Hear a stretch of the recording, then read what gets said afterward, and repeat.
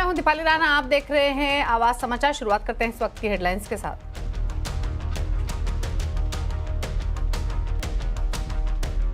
अमेरिकी कांग्रेस के इतिहास में ट्रंप का सबसे लंबा संबोधन। 2 अप्रैल से नए टैरिफ का ऐलान, भारत का भी लिया नाम। यूक्रेन युद्ध खत्म होने की जताई उम्मीद।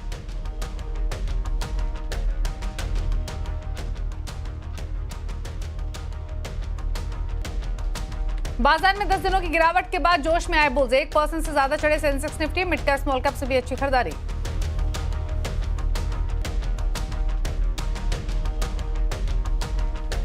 एनएसई ने एक्सपायरी का दिन बदला। 4 अप्रैल से गुरुवार की जगह सोमवार को होगी सभी एक्सपायरी। हमसे एक्सक्लूसिव बातचीत में बोले एनएसई के सीबीडीओ श्रीराम कृष्णन।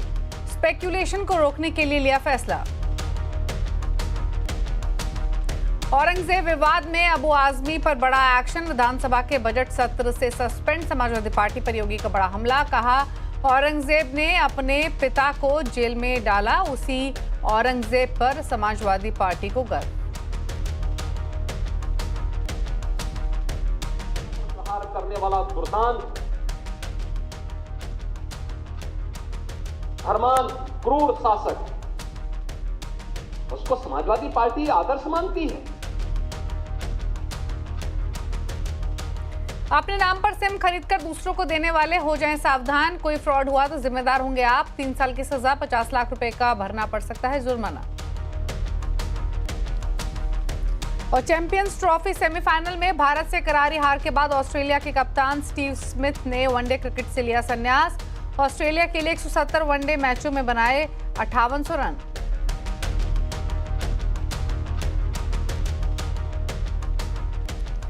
आप देख रहे हैं आज समाचार। और टैरिफ को लेकर वॉर गहरा गया है। अमेरिकी संसद के इतिहास में डोनाल्ड ट्रंप ने सबसे लंबा संबोधन दिया। 1 घंटे 40 मिनट की अपनी स्पीच में ट्रंप ने टैरिफ को लेकर बड़े ऐलान किए। उन्होंने कहा कि 2 अप्रैल से वो टैरिफ के बदले टैरिफ लगाएंगे और इसमें उन्होंने चीन, मैक्सिको, कनाडा के साथ साथ भारत का नाम भी लिया। उन्होंने कहा कि ये देश अमेरिका पर लंबे वक्त से ज्यादा टैरिफ लगाते रहे हैं और अब वक्त आ गया है कि अमेरिका भी जैसे के साथ तैसा एक्शन ले। Other countries have used tariffs against us for decades, and now it's our turn to start using them against those other countries. On average, the European Union, China, Brazil, India, Mexico, and Canada, have you heard of them? And countless other nations charge us tremendously higher tariffs than we charge them. It's very unfair. India charges us auto tariffs higher than 100%. China's average tariff on our products is twice what we charge them. And South Korea's average tariff is 4 times higher. Think of that, 4 times higher. और Trump ने दावा किया कि वो Ukraine युद्ध खत्म करने के लिए काम कर रहे हैं। उन्होंने कहा कि जेलेंस्की के अमेरिका के साथ सहयोग को लेकर नरमी दिखाई है और पुतिन भी युद्ध समाप्त करना चाहते हैं। इसके अलावा ट्रंप ने डेनमार्क को, ग्रीनलैंड को वापस अमेरिका में लाने का आधिकारिक ऐलान किया। I'm also working tirelessly to end the savage conflict in Ukraine. Earlier today, I received an important letter from President Zelensky of Ukraine. The letter reads, Ukraine is ready to come to the negotiating table as soon as possible. Simultaneously, we've had serious discussions with Russia and have received strong signals that they are ready for peace. Wouldn't that be beautiful? Wouldn't that be beautiful? Wouldn't that be beautiful?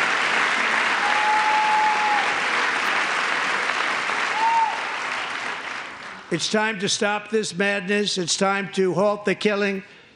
It's time to end this senseless war. और अब आगे बढ़ते हुए बात करेंगे equity markets की। आखिरकार बाजार में बुल्स की वापसी हो गई। 10 दिनों की गिरावट के बाद बाजार में शानदार कमबैक हुआ। सेंसेक्स निफ्टी 1% ज्यादा की बढ़त पर बंद हुए। Mid cap small cap stocks में अच्छी खरीदारी दिखी। तो वहीं बीएसई के सभी सेक्टोरल इंडेक्स तेजी के साथ बंद हुए। सबसे ज्यादा तेजी हमने मेटल इंडेक्स में देखी। मेटल इंडेक्स करीब 4% चढ़कर बंद हुआ आज के कारोबार में। क्या रहा पूरा अपडेट, जानते हैं यतिन से। तो यतिन, बाजार में आज कमबैक जो हुआ है, कौन कौन सी पॉकेट सेक्टर्स पार्टिसिपेट कर रहे थे इस तेजी में? 10 दिन लगातार गिरावट के बाद भारतीय बाजारों में शानदार रिकवरी के साथ तेजी देखने को मिली। एडवांस डिक्लाइन रेशियो मार्केट का लगभग 10:1 रहा और अगर हम बढ़ने वाले शेयरों की बात करें तो यहाँ सभी सेक्टर्स में शानदार तेजी थी, खास करके मेटल्स में आपको दिखेगा टाटा स्टील जैसे काउंटर्स में शानदार खरीदारी देखने को मिली, अदानी पोर्ट्स, अदानी एंटरप्राइजेज और यूबीएस के अपग्रेड के बाद महिंद्रा एंड महिंद्रा के शेयर्स में भी आपने 3-4% की बढ़त देखी। गिरावट के साथ एचडीएफसी बैंक, इंडसइंड बैंक और बजाज फाइनेंस जैसे काउंटर्स आपको दिखे। इसके अलावा श्रीराम फाइनेंस के काउंटर में भी आज बिकवाली हावी रही। अगर हम मिड कैप्स की बात करें तो कोफोर्ज जैसे काउंटर्स में लगभग 10% का इंट्राडे मूव रहा। सोना कॉमस्टार, आइडिया सेल्यूलर और टाटा कम्युनिकेशंस के काउंटर में भी अच्छी खासी खरीदारी देखने को मिली। हालांकि एनएससी की एक्सपायरी डेट चेंज के बाद आपने बीएससी के शेयर्स में इंट्राडे में लगभग 10% का डिप देखा। हालांकि स्टॉक थोड़ा बहुत रिकवर हुआ वहां से। एनएलसी इंडिया, सुंदरम फाइनेंस और वोल्टास जैसे काउंटर्स में थोड़ी बहुत बिकवाली भारी रही। शुक्रिया आपका यतिन, ये पूरी डिटेल्स शेयर करने के लिए। और बाजार में तेज करेक्शन के बावजूद मिड स्मॉल कैप के वैल्यूएशंस अभी भी महंगे हैं। मोतिलाल ओसवाल की रिपोर्ट के मुताबिक गिरावट के बाद लार्ज कैप सस्ते हुए हैं, लेकिन मिड कैप स्मॉल कैप से अभी भी सतर्क रहने की जरूरत है। एमओएसएल की पूरी रिपोर्ट बताने के लिए मिताली जैन है। मिताली, बताइए। ओवरऑल रिपोर्ट का स्टैंड यही निकल रहा है कि वो फिलहाल लार्ज कैप स्टॉक्स के प्रति थोड़े बुलिश नजर आ रहे हैं और मिड कैप और स्मॉल कैप स्टॉक्स जो है वहाँ से उन्होंने दूर रहने की यहाँ पे सलाह दी है। वैल्यूएशन पिक्चर जो उन्होंने प्रेजेंट की है उस पर नजर डालते हैं तो 5 महीने पहले लार्ज कैप अगर इंडेक्स की बात करें तो 22 PE के मल्टीपल पे ट्रेड करा था, जो अभी थोड़ा ठंडा 18x के यहाँ पे वैल्यूएशन पे नजर आ रहा है। वही मिड कैप और स्मॉल कैप में भी हमें वैल्यूएशंस ठंडे होते नजर आए हैं। 5 महीने के पहले देखें तो 35x से 27 टाइम्स का मल्टीपल अभी देखने को मिल रहा है मिड कैप में, और स्मॉल कैप में भी 24 टाइम्स का जो पीई मल्टीपल था वो अभी 21 टाइम्स के पीई मल्टीपल पे देखने को मिल रहा है। तो लार्ज कैप की तरफ मोतीलाल ओसवाल यहाँ पे काफी बुलिश नजर आए। उन्होंने अपना एलोकेशन भी इस पर्टिकुलर इंडेक्स में बढ़ाया है। 76% के करंट एलोकेशन के साथ वो यहाँ पे बैठे हैं लार्ज कैप में, और रीजनेबल वैल्यूएशंस के साथ उन्होंने यहाँ पे जो रिस्क है वो भी यहाँ पे लोअर लग रहे हैं। वही मिड कैप और स्मॉल कैप इंडेक्स की बात करें तो उनका कहना है कि यहाँ पे अर्निंग्स के कारण हमें थोड़ी और नाराजगी आने वाले टाइम में महसूस करने को मिल सकती है। थोड़ा रिस्की भी है मिड कैप और स्मॉल कैप का जो इंडेक्स, तो वहां से उन्होंने दूर रहने की, सतर्क रहने की सलाह दी है। उनका मानना है कि डिसअपॉइंटमेंट को देखते हुए यहाँ से थोड़ा अभी दूरी बनाए रखी, लार्ज कैप में जरूर निवेश करें। कुछ पर्टिकुलर सेक्टर्स जहाँ पे उन्होंने ओवरवेट का स्टैंड दिया है उसमें शामिल है consumption, BFSI, IT, industrial, health care और रियल एस्टेट। वही कुछ सेक्टर्स ऐसे भी है जहां उन्होंने अंडरवेट का कॉल दिया है, जैसे कि oil and gas, metal, cement और ऑटो सेक्टर से उन्होंने अंडरवेट का यहाँ पे स्टैंड दिया है। लार्ज कैप में उनकी टॉप पिक्स की अगर बात करें तो सबसे पहले रिलायंस इंडस्ट्रीज यहाँ पे शामिल है, भारतीय Airtel, ICICI bank, SBI, HUL, Mahindra, Titan, Trent यहाँ पे आपको शामिल होते नजर आएंगे। वही स्मॉल और मिड कैप की अगर बात करें तो वहाँ पे जो टॉप पिक्स है उसमें शामिल है Indian Hotels, Dixon Tech, JSW Energy, Godrej Properties, Coforge, BSC, Angel One जैसे यहाँ पे स्टॉक्स शामिल है। तो पूरी रिपोर्ट का यही स्टैंड है कि अभी बाजार को देखते हुए उन्होंने लार्ज कैप की प्रेफरेंस ज़्यादा दिखाई है और आगे आने वाले टाइम में थोड़ी और करेक्शन की भी उम्मीद जताई है। शुक्रिया आपका मिताली डिटेल्स बताने के लिए। आगे बढ़ते हैं। और IRCTC और IRFC को नवरत्न कंपनियों का दर्जा मिल चुका है और ये कंपनियां सरकार की मंजूरी के बिना 1000 करोड़ तक का निवेश कर सकती हैं। IRFC का कहना है कि रेलवे इकोसिस्टम में अब जो भी प्रोजेक्ट्स आएंगे उन्हें IRFC फंडिंग दे पाएगा। IRFC के CMD मनोज राज दुबे से खास बातचीत की दीपाली नंदा ने। रेलवे के अलावा हमने अब ये हमारे बोर्ड ने ये डिसाइड किया है कि रेलवे इकोसिस्टम में जो भी फंडिंग की आवश्यकता है, इंक्लूडिंग PPP के जो प्रोजेक्ट्स रेलवे के आने वाले हैं, उनको भी जो कॉन्सेशनियर को जो आवश्यकता होगी उसको हम केटर करने की कोशिश करेंगे, डिपेंडिंग अपॉन की उस एसेट की क्वालिटी क्या है। इसके अलावा रेल में हम मेट्रो रेल के लिए भी हमें कहा गया है कि मेट्रो रेल की भी जो सारी परियोजनाएं आ रही हैं उसको भी हम देखें और वहां भी हम सस्ते दर पे लोन देने की का प्रबंध करें। तो पूरे रेल के इकोसिस्टम में हमें ऐसी अपेक्षा लग रही है कि आने वाले दिनों में काफी पैसे की आवश्यकता है। हमारा USP ये है कि हम सस्ते दर पे लोन को ले आएंगे और लंबे अवधि का लोन देने का हमारा पुराना मॉडल है, और इसको देखते हुए हमें लग रहा है कि आने वाले कई वर्षों तक, शॉर्ट टर्म में 2 और लॉन्ग टर्म में 5 से 10 वर्षों तक हमें लगता है कि हमें व्यवसाय की कोई कमी नहीं रहेगी और हमारा टॉप लाइन और बॉटम लाइन ग्रोथ की तरफ अग्रसर रहेगा। आगे बढ़ेंगे। अगर आपने अपने नाम पर मोबाइल फोन का सिम कार्ड खरीदा है और किसी और को दे रखा है तो सावधान हो जाइए। नए टेलीकॉम कानून के मुताबिक अगर इसके जरिए कोई फ्रॉड होता है या किसी और गलत काम को अंजाम दिया जाता है तो ये आपकी जिम्मेदारी मानी जाएगी और आपको 3 साल की सजा 50 लाख तक का जुर्माना भरना पड़ सकता है। और डिटेल्स के साथ असीम मनचंदा है। असीम, बताइए क्या है पूरी खबर। साइबर अपराध काफी तेजी से बढ़ रहे हैं। दूरसंचार विभाग ने पाया कि कुछ लोग अपने नाम पर सिम कार्ड ले रहे हैं और फ्रॉड करने के लिए किसी दूसरे व्यक्ति को बेच देते हैं। तो दूरसंचार विभाग ने ऐसे लोगों के लिए चेतावनी जारी की है। दूरसंचार विभाग के मुताबिक यह एक अपराध है और इसके लिए आपको सजा भी हो सकती है। इतना ही नहीं, जो साइबर अपराधी हैं वो कई सारे हथकंडे अपना रहे हैं। नंबर जनरेट करने के लिए मोबाइल ऐप का सहारा ले रहे हैं, अपने जो नंबर है उसकी क्लिप को एडिट कर दे रहे हैं और इतना ही नहीं, अपना जो IP एड्रेस है उसको भी छिपा रहे हैं। तो दूरसंचार विभाग ने इन सब लोगों से कहा है कि जो ये सब काम कर रहे हैं वो एक पूरी तरह से साइबर अपराध के दायरे के अंदर आता है। और नया टेलीकॉम एक्ट ये मैंडेट करता है कि आपको 3 साल की सजा हो और 50 लाख रुपए तक का जुर्माना हो। तो दूरसंचार विभाग ने इन सब के लिए चेतावनी जारी की है। शुक्रिया आपका असीम में डिटेल्स बताने के लिए। और अगली खबर की ओर रुख करेंगे। समाजवादी पार्टी के नेता अबू आजमी के औरंगजेब की तारीफ वाले बयान पर घमासान बढ़ता जा रहा है। अबू आजमी के खिलाफ 2 FIR दर्ज हो चुकी हैं। उन्हें विधानसभा के मौजूदा बजट सत्र से भी सस्पेंड कर दिया गया है और पूरे मामले पर अब सियासत जारी है।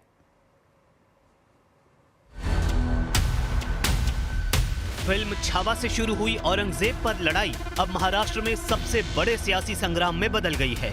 हलचल इतनी तेज है कि औरंगजेब की तारीफ करने वाले अबू आजमी पर 2 FIR हो चुकी हैं और अब विधानसभा में भी उन पर एक्शन हुआ है। उन्हें मौजूदा बजट सत्र से सस्पेंड कर दिया गया है। ये सस्पेंशन जो हुआ है ना, इस पे दोबारा गौर करना चाहिए। कहीं न कहीं इसमें ज्यादती हो रही है मेरे साथ, गलत कानून के मुताबिक नहीं, अपनी मनमानी हो रहा है। ये आजमी इनका इस सत्र के लिए निलंबन विधानसभा ने करा, पर केवल इस सत्र के लिए निलंबन करने से काम नहीं चलेगा। ये भावना पूरे महाराष्ट्र की है, देश की है, सभी क्रोधित विधायकों की है और उस कारण एक कमेटी गठित की गई है। इतनी अफरा तफरी मची है कि अबू आजमी की सफाई महायुति को कबूल नहीं है और अब इन सब के बीच में बीजेपी जहां अबू आजमी के बहाने इंडिया गठबंधन पर हमलावर है, तो कांग्रेस आजमी के बचाव के मूड में दिख रही है। जिस व्यक्ति को औरंगजेब का काल में विकास दिखता है और सम्राट अशोक, चंद्रगुप्त मौर्य, आचार्य चाणक्य, जिनको आज भी अर्थशास्त्र का जनक माना जाता है, उनके काल में अनर्थ दिखता है, तो उनकी तो बुद्धि पर मुझे तरस आता है। औरंगजेब के विषय में एक धारणा है कि वो जो है धार्मिक उन्मादी और कट्टर और अत्याचारी थी। तो ये धारणा बनी हुई है लोगों की जो है। तो और ये भी ये सत्यता है कि उनकी कट्टरता के कारण ही जो है जो मुगल एम्पायर था, उनके बाद धीरे धीरे वो क्रैक हुआ, टूटा। क्योंकि कट्टरता का परिणाम हमेशा विनाशक होता है। उद्धव ठाकरे की शिवसेना को छत्रपति शिवाजी महाराज और छत्रपति संभाजी महाराज का अपमान बर्दाश्त नहीं, लिहाजा वो अबू आजमी के बयान का विरोध कर रहे हैं। काफी बहस हुई है और हम तो यही मानते हैं और यही चाहते हैं कि जो भी हमारे जो हम जिसको देवता मानते हैं, छत्रपति शिवाजी महाराज, छत्रपति संभाजी महाराज, उनके बारे में कोई भी कुछ भी गलत कहे तो उनको शासन होना चाहिए, उनको माफ नहीं करना। वहीं सियासी घमासान के बीच में असदुद्दीन ओवैसी की पार्टी AIMIM का कहना है कि ये बीजेपी की चाल है, तो इंडिया गठबंधन में सहयोगी RJD का कहना है कि ये असल मुद्दों से ध्यान भटकाने की कोशिश है।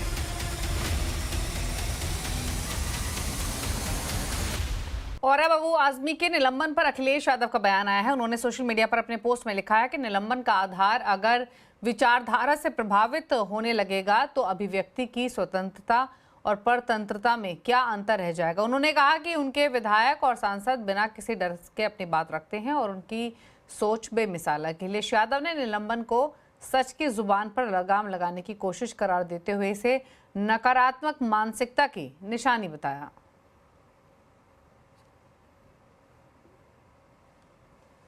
और यूपी के मुख्यमंत्री योगी आदित्यनाथ ने अखिलेश यादव का नाम लिए बिना समाजवादी पार्टी पर बड़ा हमला बोला है। योगी ने कहा कि समाजवादी पार्टी ने औरंगजेब को आदर्श माना है। औरंगजेब ने अपने पिता को जेल में डाला। समाजवादी पार्टी को उसी औरंगजेब पर गर्व है। योगी ने अबू आजमी का नाम लिए बगैर कहा कि जो औरंगजेब का महिमंडन करता हो उसे आप पार्टी से निकालो और यूपी भेज दो।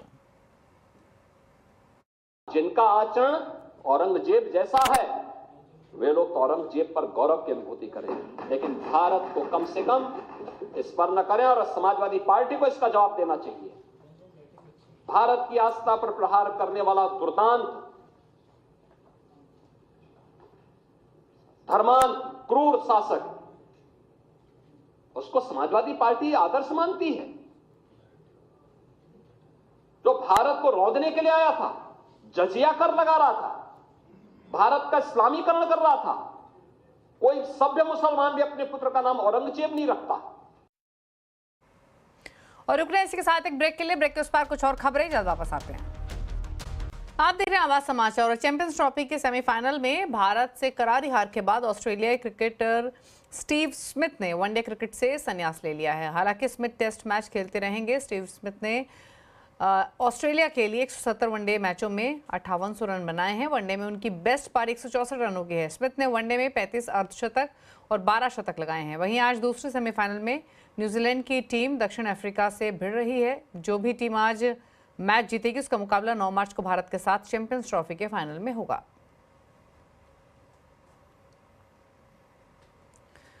और टीम इंडिया चैंपियंस ट्रॉफी जीतने से बस एक कदम दूर है। आज इसी पर देखिए स्पेशल शो 4:57 पर।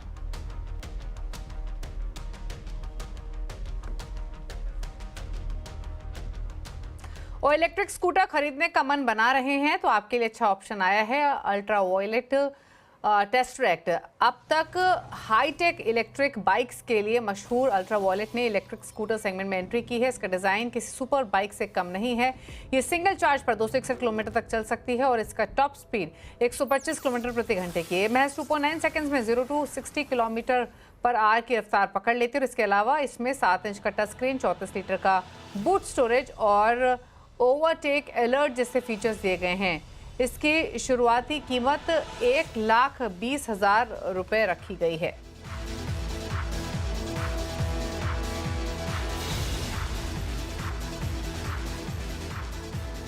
और इसी के साथ आवाज समाचार में तो इतना ही। ब्रेक के उस पार भी खबरें जारी हैं CNBC आवाज पर। फिलहाल इतना ही इस बुलेटिन में। नमस्कार।